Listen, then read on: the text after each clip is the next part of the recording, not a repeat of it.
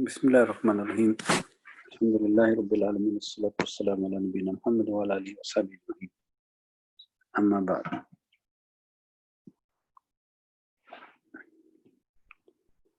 So let's share screen. Good. So today we will want to, inshallah, look at the aspect of the ulum al-Quran. I think the brother has just arrived, so we'll wait for him. We'll just pause. Bismillah ar-Rahman ar-Rahim. Alhamdulillah Rabbil Alameen. As-salatu was-salamu ala nabiyyina Muhammad wa ala alihi wa sahbihi ajma'in. So the aspect of ulum al-Quran that we want to start looking at now in more detail is the compilation of the Quran, the Jama' of Quran. We mentioned two keywords for this last time. What are they?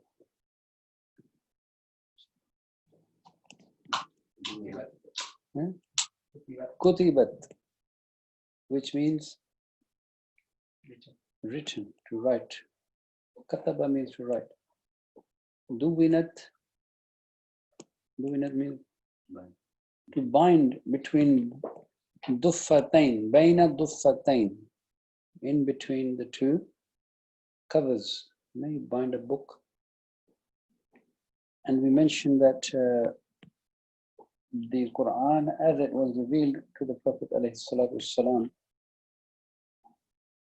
it was the practice as Allah Ta'ala's Messenger had commanded, especially people like Zayd ibn Thabit radiallahu anhu, the Katib al-Wahi. Katib is the scribe, writer, and others, to write the Quran.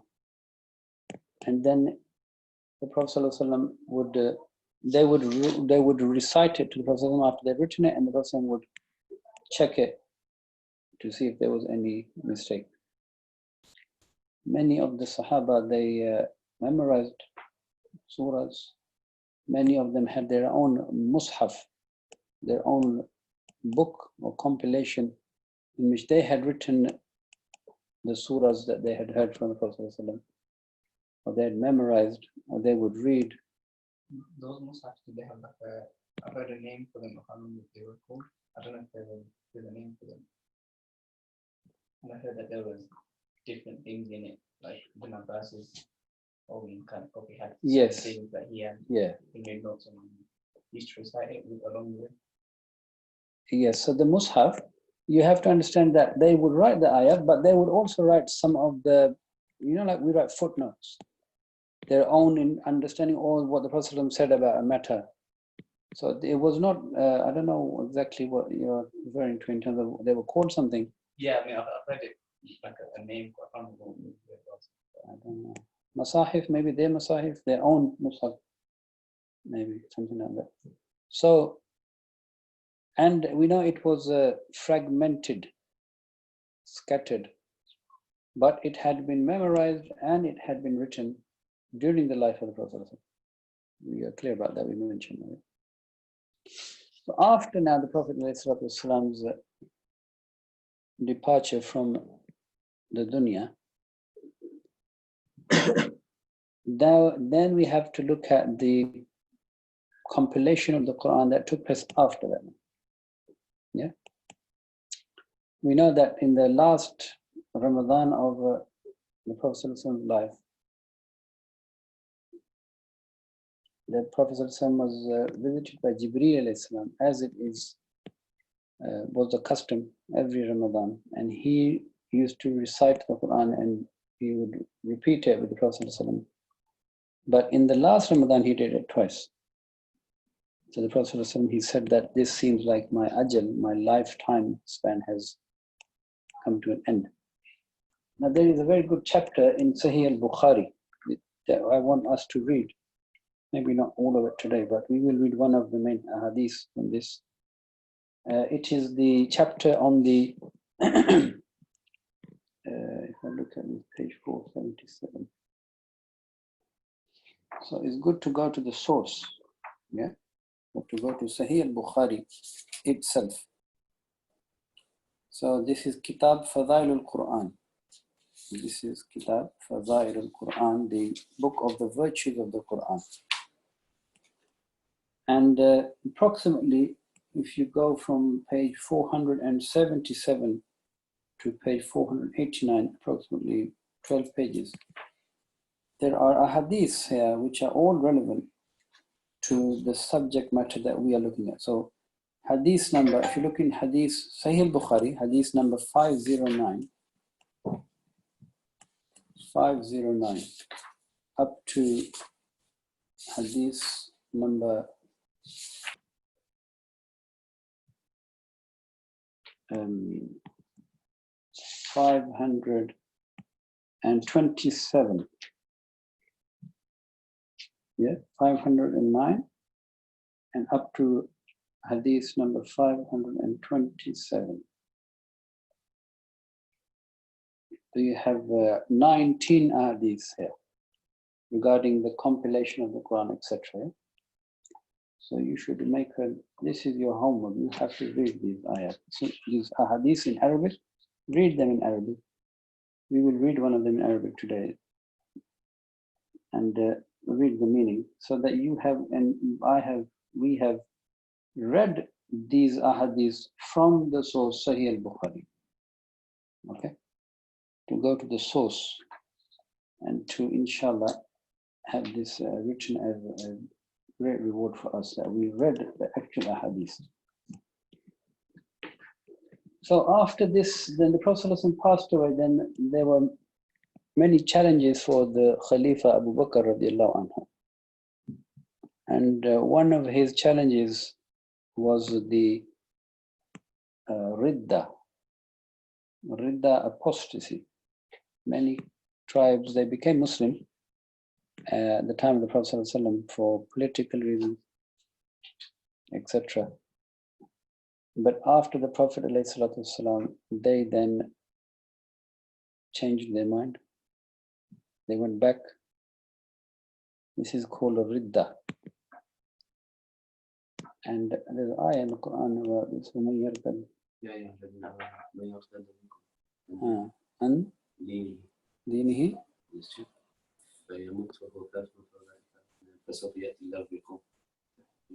First one.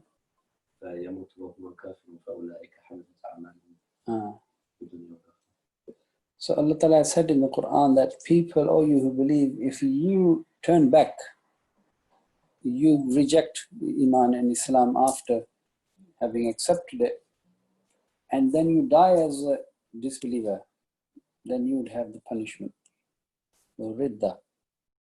Abu Bakr, he had to face these people, yes, because this was a big challenge for the Muslim Ummah, because if people are left to just leave, then whoever wants to leave, whoever wants to leave, then who has allegiance with Islam or not, yes? And you know that one of the, in the Sharia, one of the acts that allows the capital punishment is Ridda, apostasy, to leave Islam after accepting it. And the other is life for a life, murder. Zina of the married man or married woman. You know that, capital punishment is Rajam. Rajam is stoning to death. And there was ayat about this. There was an ayah that would explicitly said this, that the male or female who is married, whoever does zina, then they should be stoned. And the companions, they say, we used to recite this ayah, but then what happened to this ayah?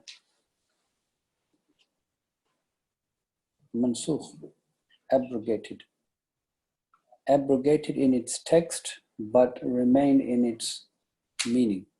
Why? Because the Prophet ﷺ, he himself, he carried out this punishment on at least 2 occasions in his life, and then this was the understanding of the Ummah the companions and everybody, and they followed this until today. So Abu Bakr, he has to fight against these people. The other challenge of Abu Bakr was the people who they refused to pay the zakat. Yeah. So some, and the other is that some of the people, they started to, even in the time of Prophet ﷺ, claim to be prophets, false prophets, Dajjal, Kadhab. And then a very well-known apostate, if you like, prophet, so-called. This is Musaylima al-Kadhab. And against him there is the Battle of Yamama.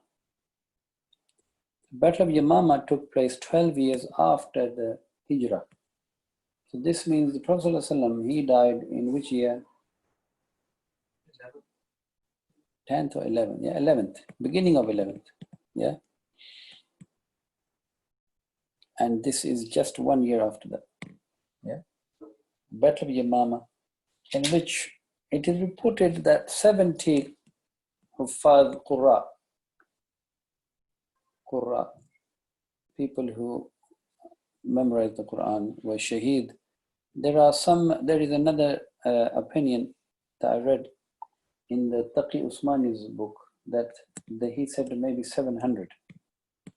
Yes, Wallahu alam. It also showed that it was very, very common for the Sahaba to have memorized the Quran.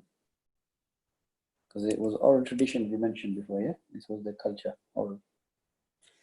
And they knew the virtues of knowing the Quran and being hafiz of the Quran and the reward of it in the hereafter. So they were people who were very, what's the word I'm looking for? They were very determined and zealous that they must memorize the Quran. Just like Alhamdulillah, today we as Muslim Ummah, we make effort that Quran is memorized. So when this happened, Umar radiallahu anhu, he approached Abu Bakr radiallahu anhu. And he said that I fear that if we keep losing the Qur'an, because there was another incident we mentioned before in the life of the Prophet ﷺ, where he sent 70 Qur'an to a place where they had basically they played a trick on the Prophet ﷺ to say that send us all these Qur'an so that we can learn, and then they were all martyred. So Umar radiallahu anh, he said that I fear that we may lose the book of Allah if we lose all the Qur'an.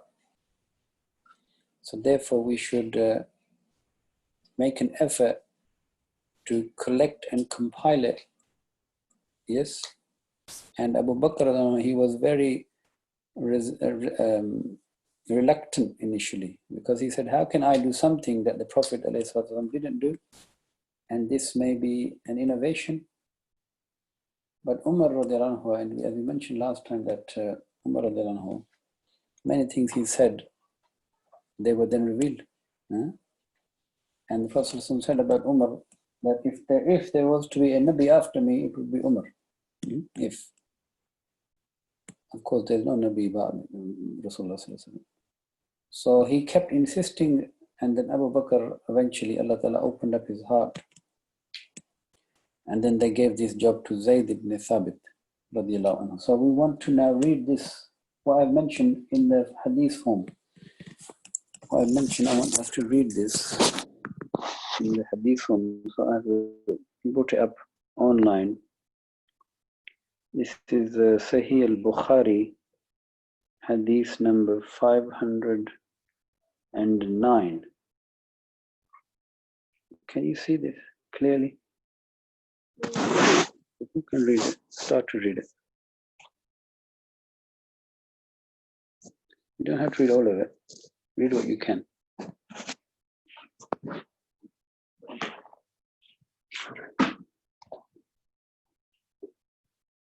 حدثنا موسى بن إسماعيل عن إبراهيم بن سعد حدثنا ابن شهاب عن عبيد بن عن عبيد بن السباق. Good. You will get reward for it. Just a few more words. أن زيد بن ثابت رضي الله عنه قال أرسل إلي أبو بكر مقتل أهل اليمامة فإذا عمر بن الخطاب عنده قال أبو بكر رضي الله عنه. Very good. Who's next? عنه عمر إن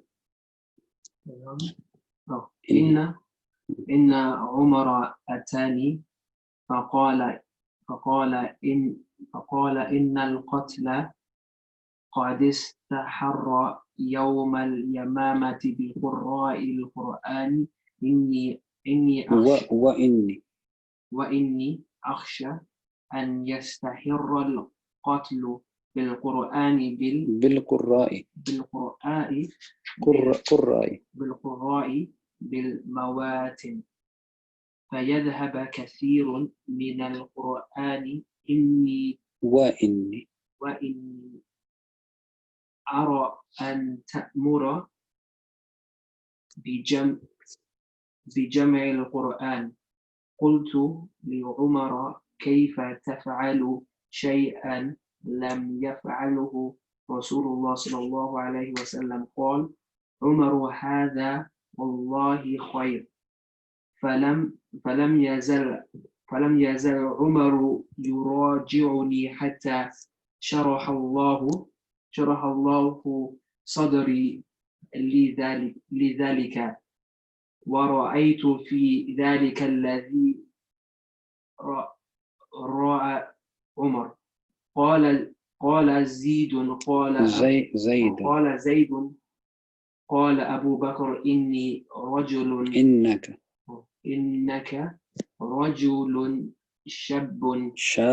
شاب عاقل لا نتهمك وقد كنت تكتب الوحي لرسول الله صلى الله عليه وسلم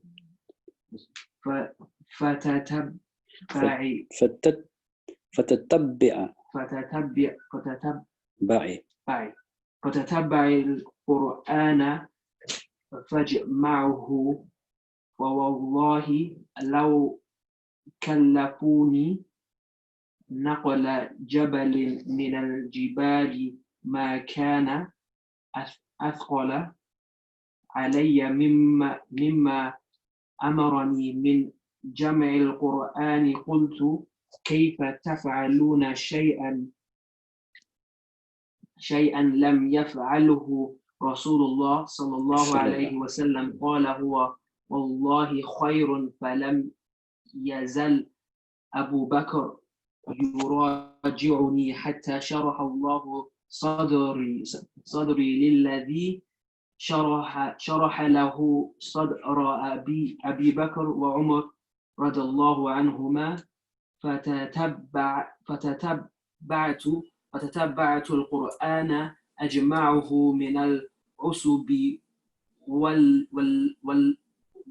والخاف وصدور الرجال حتى وجدت آخر سورة التوبة مع أبي خزيمة الأنصاري لم أجدها مع أحد غيره. لقد جاءكم رسول من أنفسكم عزيز عليه ما عنتم حتى خاتمة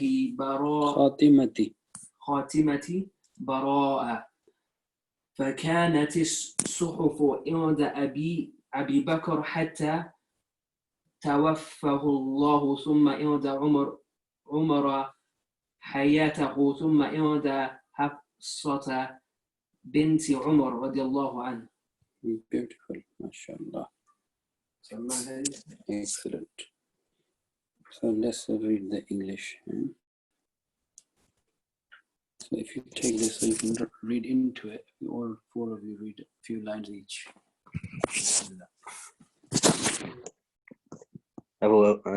Narrated Zayd ibn Thabit, Abu Bakr as-Siddiq sent for me when the people of Yamama had been killed, i.e. a number of the Prophet's companions who fought against Musaylama.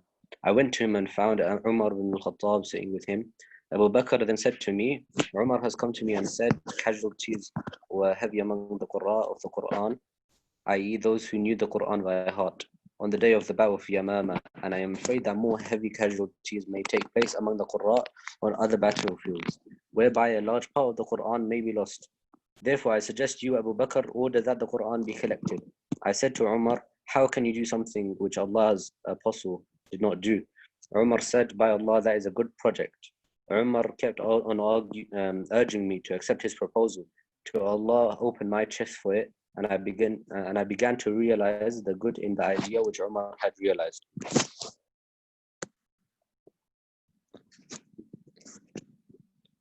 Then Abu Bakr said to me, you are a wise young man and we do not have any suspicions about you. And you used to write the divine inspiration of Allah's messenger, sallallahu alaihi wasallam. So you should search for the fragmentary scripts of the Quran and collect it in one book. By Allah, if they had ordered me to shift one of the mountains, it would not have been heavier for me than this ordering me to collect the Quran. Then I said to Abu Bakr, how will you do something which Allah subhanahu wa ta'ala, Allah's messenger sallallahu alaihi wasallam did not? Abu Bakr then replied, by Allah, it is a good project. Abu Bakr kept on urging me to accept his idea until Allah opened my chest for what he had opened the chest of Abu Bakr and Umar. So I started looking for the Quran and collecting it from what was written on palm stalks, thin white stones, and also from the men who knew it by heart, till I found the last verse of Surah Tawbah, repentance, with Abi Khuzaymah al-Ansari, and I did not find it with anybody other than him. The verse is, verily there has come unto you an apostle, Muhammad from amongst yourselves. It grieves him that you should receive any injury or difficulty till the end of Surah Bara, October 9. Yeah. Do you read the last bit, Fahim?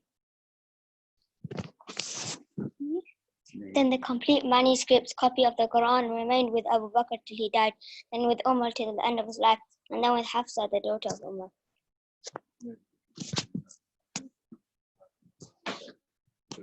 So we have read the hadith from Bukhari that tells us that the Prophet Abu Bakr convinced Umar radiallahu anhu, and then Umar radiallahu anhu convinced Abu Bakr, and he then appointed Zayd ibn Thabit as the collector and compiler of the Quran now. So now what he does then, before that they mention in the book why Zayd was selected. Yeah? So 5 reasons given. One is that because he was the initial scribe of the Quran, he was the Katib. And it mentions the hadith in which Zayd ibn Thabit, he says that I used to live near the masjid of the Prophet, so I was a neighbor. So the Prophet would then call upon me to bring the ink and material to write on, and then he would say, write. And then I would write the Wahi, the Quran, and then I would repeat it to the Prophet and he would check it. So therefore I was one of the main Katib of Wahi. So he is a primary scribe of the revelation. He is also one of the Huffaz of the entire Quran. And he mentions in this book, although I think I read somewhere else, but I have to check for sure. In this book it says there were only 4 who were entire Huffaz. but I'm not sure if that's how correct that is. So the four names given, of course, Zayd ibn Thabit, radiallahu anhu. Then Ubay ibn Ka'b, radiallahu anhu. Ubay ibn Ka'b. And Mu'adh ibn Jabal. Mu'adh ibn Jabal. These are good names for your children, inshallah, when you have children. Zayd, Ubay, Mu'adh ibn Jabal, and Abu Zayd. So four names that have been mentioned here. And this is also mentioned in Al-Bukhari regarding the Huffaz. Sahih Bukhari, as I mentioned, our homework is to read that chapter on in Sahih Bukhari, inshallah. Third reason why Zayd radiallahu anhu, he was selected, he was only 11 years of age when the Prophet did Hijrah. And he had already memorized in Medina, so he's an Ansari, yeah? He's Ansari. He had memorized 17 surahs at the time of it. Before the Prophet came, he had already memorized.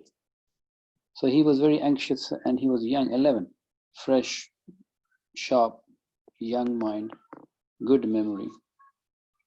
Fourth reason is that he was present, and all these facts you will find inshallah when you read the chapter in Sahih Bukhari, that he was present at the last recitation of the Quran that took place in Ramadan, and Jibreel Islam used to visit, or he visited for the last time.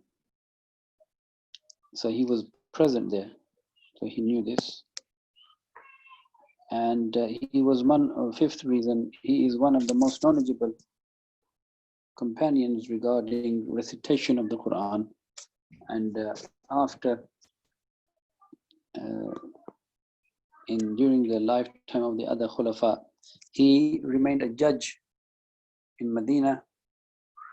So the Sahaba, whoever was the Khalifa, did not allow Zayd to leave Medina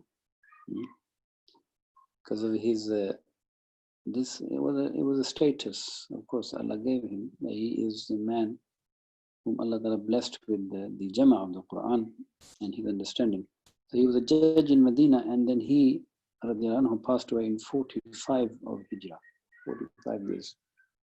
So it means that he was 56 years old. He passed away. So these are the reasons why Zayd ibn Thabit, he is selected by the Sahaba. The Sahaba have confidence in him, as we mentioned in the hadith of Abu Bakr and Umar. They had full confidence in him that he would be the best person for this. So they ordered a committee, and he was the head of that committee. So he would. So he started. So the discussion is in the book. And the books, they say that because he was Hafiz, he could have just written it from his memory. Or he could have written it, and from other people who had memorized it, they could have just got together. No, but to make sure that there was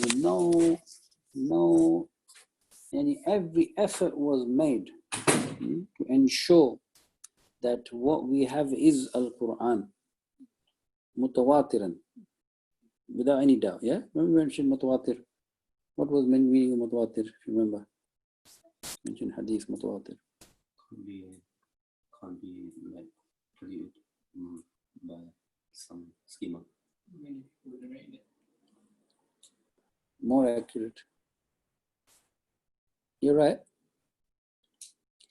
The number of narrators is so many, yes, that it gets rid of any doubt, number one, and it is impossible for such a number of people to collude to bring something false, mutawatir. Yeah. So the definition of Quran was that this has reached us through mutawatir transmission. You understand? So they didn't just want one person to just say this is Quran. This would be ahad. But they knew the tricks of people they play until today. So Allah Ta'ala, because they had Allah Ta'ala opened the chest, so Allah was guiding. So this is Allah Ta'ala, He has decided Quran is fi lawhil mahfuz anyway. And it is in the hearts of the believers, but now it will be written. Yes. So he would ask, and it was announced in the masjid by Abu Bakr, whoever has anything of the Quran in memory or in writing, then come to the masjid now. And Zayd ibn Thabit radiallahu anhu, and it mentions in the other book, the Urdu one, that Umar radiallahu anhu, he also took a very active part in this. So the criteria of Zayd ibn Thabit was he would expect two witnesses, two or more witnesses who had learnt the ayat directly from the Prophet ﷺ. Yes, so the person who would come, say, I learned this ayah. So he would say, did you learn it directly from the Prophet ﷺ? And he would need two or more witnesses for this. That's yes. Yeah. And in addition to that, in one book it says one, and in the other book it says two. At least one, I would say one or two, I would say go for two. Copies written under the supervision of the Prophet ﷺ. So whatever the Sahaba brought, one, if you had memorized it, then you need two witnesses to say that you memorized it in front of the Prophet ﷺ, from the Prophet ﷺ. And if you wrote it, you wrote it in front of the Prophet ﷺ and he sanctioned it. Yeah. So this was a very strong, you understand, chain of narration, without any doubt. So he went through this whole process and he then compiled the whole Quran. But it was then surah by surah. Surah. But it was not done in the order of surahs. Yes? We will find that will happen in the compilation of Uthman radiallahu anhu. Okay? Because the objective here was just bring the Quran together into a mushaf. This is the most important thing right now. Bring it together in one mushaf, written, so that if there are no Qurra, of course there are, but if we are losing, then we have this hard copy, if you like. What else to say about that? And then he mentions this last two ayat of Surah At-Tawbah. The last two ayat of Surah At-Tawbah, he only found this with one Sahabi, Khuzaymah ibn Thabit al-Ansari. Khuzaymah ibn Thabit al-Ansari. Now, I think there's some misprint in the book. I think so. Because it jumps from one thing to the other on page. I could be wrong, I may have misread it. If you look at page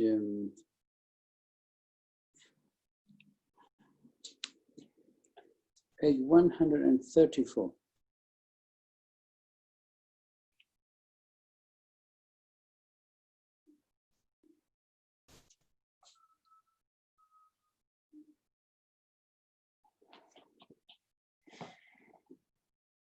So I'm not sure, he's mentioning two ayat there. But khair, anyway, I'll look into it a bit more. It seemed like he skipped something. And because I remember when I studied this part, the last two ayat of Surah Tawbah, because the criteria was two witnesses, yeah?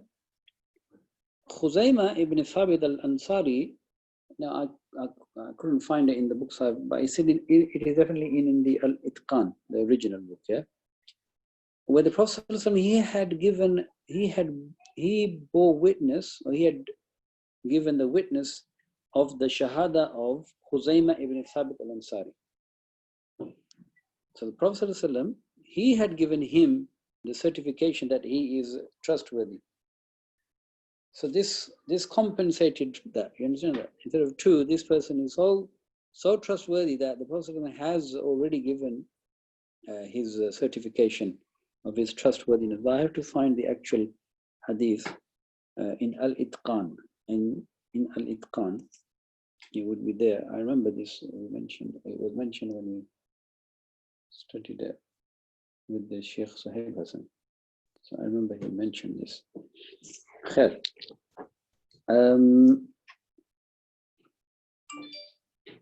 Okay. So what was the nature of this mushaf now, yeah? what was the nature of this. It was not still one complete book. It was just surahs. That's one thing. All 7 huruf were in this. Now we're going to talk about the 7 huruf. What does that mean? And the qiraat, etc. Yes, so just leave that until we get there. It was written in the script of Hayri. Hayri. You want to write there? Hayri script. This is not in the English one. This is in the Urdu. Some of this information. The Hayri script. Ha ya. I write it there. Hayri. Yes. Khat. Khat is script. Yeah. Hayri khat. And it included only those ayat that are not abrogated. It's a bit obvious, I think. Yeah? That's obvious, but it's mentioned. Yeah? This then became a certified collection of the Quran, certified by the whole Ummah, which is the Sahaba. Yeah? So there is ijma' of the Sahaba on this. It became the certified copy that has been certified by the Sahaba, the Ummah.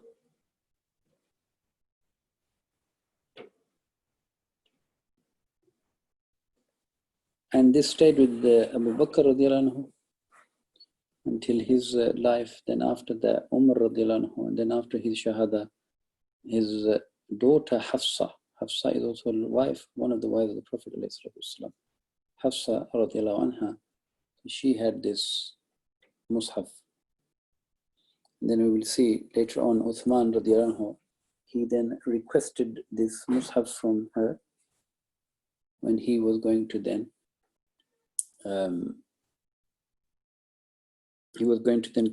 compile the Quran on one qira'ah, on a qira'ah, agreed qira'ah, which included all the 7 huruf and qira'at, everything. So it was, we will see anyway, it was without the vowels, without the dots. It was just, I will give you some examples of that to elaborate. Yeah, so that's the first compilation, first stage. This took place in the life of the Abu Bakr. And if we just go to a few sources I want you to know about. One is, if we go to the website, let's go to the website first. Let's see if the compilation of the Quran is there. It's not there. I emailed it. Compilation. Okay, I can show you that I have it here.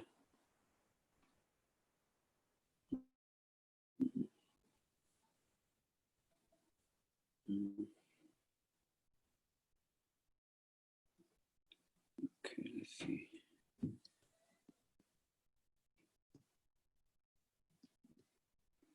Okay, there.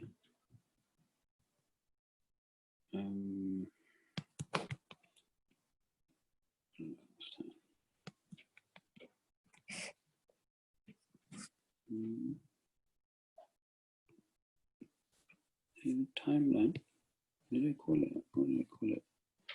I showed you, I think, last time. Did I show you? That's not it. A collection of the Quran, maybe. Collection.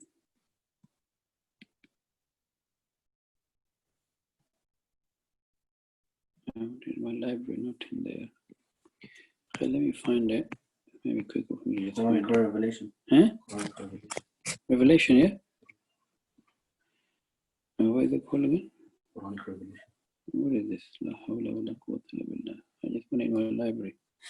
This is nonsense, isn't it? SubhanAllah. What is this?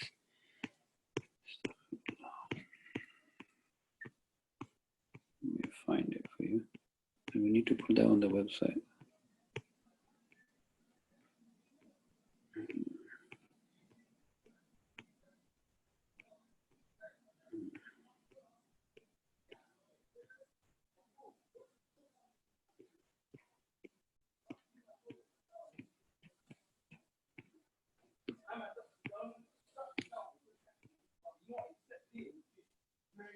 Okay.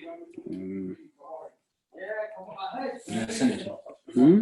Send it to you. Just a minute. Here it is. Here we go. Yes. So it talks about it gives you some time there as well. Revelation started, and then the well-known scribes have been given there. And then the Prophet ﷺ passes away, and then Abu Bakr, there's a summary there, compilation into a single book. Quran is gathered into a single book as a great number of Huffads are martyred, and then the committee, and the criteria, and then Umar ibn al-Khattab, he keeps it until he gives it to Hafsa radiallahu anha, and then Uthman ibn Affan. We will look at that in detail, inshallah. Again, Zayd ibn Thabit is again given the task during his time to standardize the khat, the script in which it's written. So this is useful for you, inshallah, just as a summary. Okay. How much time we have? We have time, inshallah, we'll start to look at the next section. So the next section is the second compilation is in the time of Uthman radiallahu anhu. Now it's mentioned that Hudayfa ibn al-Yaman radiallahu anhu, so he was on the battlefield and he was on the battlefront, and he went to places like Azerbaijan and Armenia because Islam spread, and the Quran was not in a written form as such. Still, it was memorized and it was taught. And he saw dispute between people. So people from the Ubay ibn Ka'b radiallahu anhu, his qiraat was predominantly used in Sham, Syria, etc. Sham is not Syria exactly, but it's in other places in the area as well. And in Iraq, the qiraat of Abdullah ibn Mas'ud had been predominant. And the qiraat had some differences. And we will look into that, as I mentioned, qiraat and huruf. Yes. Simple example is Maliki Yawmiddin or Maliki Yawmiddin. They're both mutawatir and they are qiraat. Yeah? There's no issue. And so he saw that people disputed because a lot of these people were also non-Arab. They couldn't appreciate the nuance of Arabic. So he reported back to Medina to Uthman radiallahu anhu, who was the Khalifa. And he said, I see that this is causing dispute and dissension, and we may start to see people fragmenting into, no, this is Quran, no, this is Quran. So we have to do something about this. So Uthman radiallahu anhu, he consulted the Sahaba. So it shows istishara is important, mashwara, istishara. There are two things in life that we should know about when we make any decision, even if it is small, is istishara,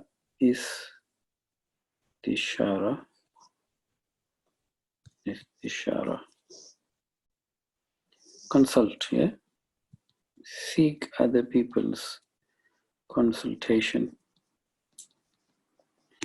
And the other is what? Rhymes with it. Istikhara. Istikhara. Istikhara. Istikhara is to ask Allah Ta'ala for khair. To ask Allah Ta'ala about a matter that you are not sure about. There are two or more matters which are all halal, but you are not sure which one is the best. So for example, you want to buy, there's 2-3 things, and you're thinking, which one is the best? They all look good to me. I'm not sure.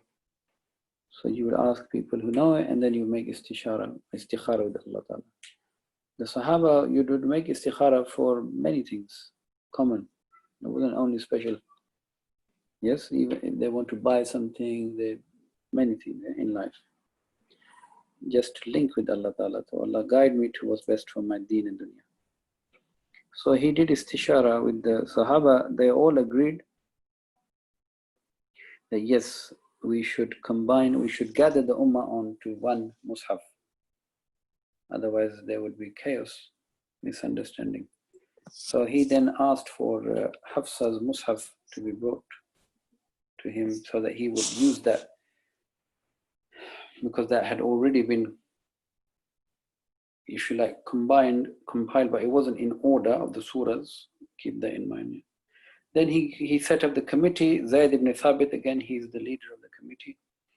And then Abdullah ibn Zubair, Sa'id ibn al-As, and Abu Rahman ibn Harith ibn Hisham, 4 Sahaba. And they said that one of the wisdoms behind this was, other than Zayd ibn Thabit, he was Ansari. Yes. The other 3, they were from Quraysh.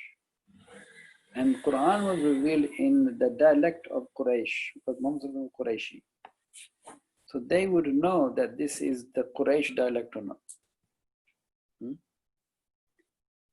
So they would be very clear that, yeah, no, this is, no, yes, clear, to make it easy and accurate. So now they went through the same process again. They repeated Zayd's process, subhanAllah. They didn't just take it for granted. So they had Hafsa's Mus'haf, but they then went again through the process of getting 2 witnesses for every ayah, every surah, and written witnesses and memorized. To go through the whole process again thoroughly, to make sure that they have not left anything. And then they made sure that the script included all the mutawatir qira'at. Now qira'at here, the example I've given here is beneficial to understand. That there was no tashkil, and there was tashkil means there no fatha, kasra, dhamma, dots. Yeah. So the example given here is this. I'll write it first. Nun shizuha. Okay. So that was it. Okay. So this includes the different qira'at, because it could be, number one, it could be, if I write it in different colors. One qira'at is nun, what is it? Nan shuruha. Nan shuruha. Okay. Or it could be nun shiduha. Nun shizuha. So now the dispute would be people that, is it nun shuruha or nun shizuha? So therefore, what they did not put anything that would cause confusion. Rather, they left it so they included all the different qira'at. So Malik, if you write Malik like that, then that's it. This is Malik Yawmiddin. But if you write Malik like this, then this can be Malik or it can be Malik. You leave it as that, that's it. So they went through this process to rewrite it so that it was inclusive of all the qira'at, the mutawatir qira'at. The qira'at, we have the evidence to go to the Prophet. Yes? And we look at that in more detail, inshallah. And so this process, it was carried out by those 4. They prepared then 7 copies of the Mus'haf. It was in order from Al-Fatiha to An-Nas. And they then sent these 7 copies, of course, one in Makkah, one in Medina. They were in Medina. Sent one to Makkah, one to Sham, Yemen, Bahrain. Now Bahrain, we have to look at the time of the Prophet and what Bahrain actually meant, but it's the same or not as today. Basra and Kufa. 7 copies prepared and distributed and then all others were burnt. Yes, to make sure there's no confusion between people, and to join the Ummah on one Mus'haf Uthmani, yeah, in that script. Rasm Usmani, they say. Rasm is the script that you see visually, Rasm. Ruh is the spirit, yeah? Rasm is the form. Rasmul Khat, the visible script that you can see, is the script of Usman, that he, his script, but the script that initially was written. And so therefore the Quran was then preserved in this manner by Uthman radiallahu anhu. Then afterward we look at what happened to the other scripts, etc., in detail, inshallah. So I think with that we will just stop it there for today, inshallah. And we should, inshallah, study the chapter in Sahih al-Bukhari that I mentioned, inshallah.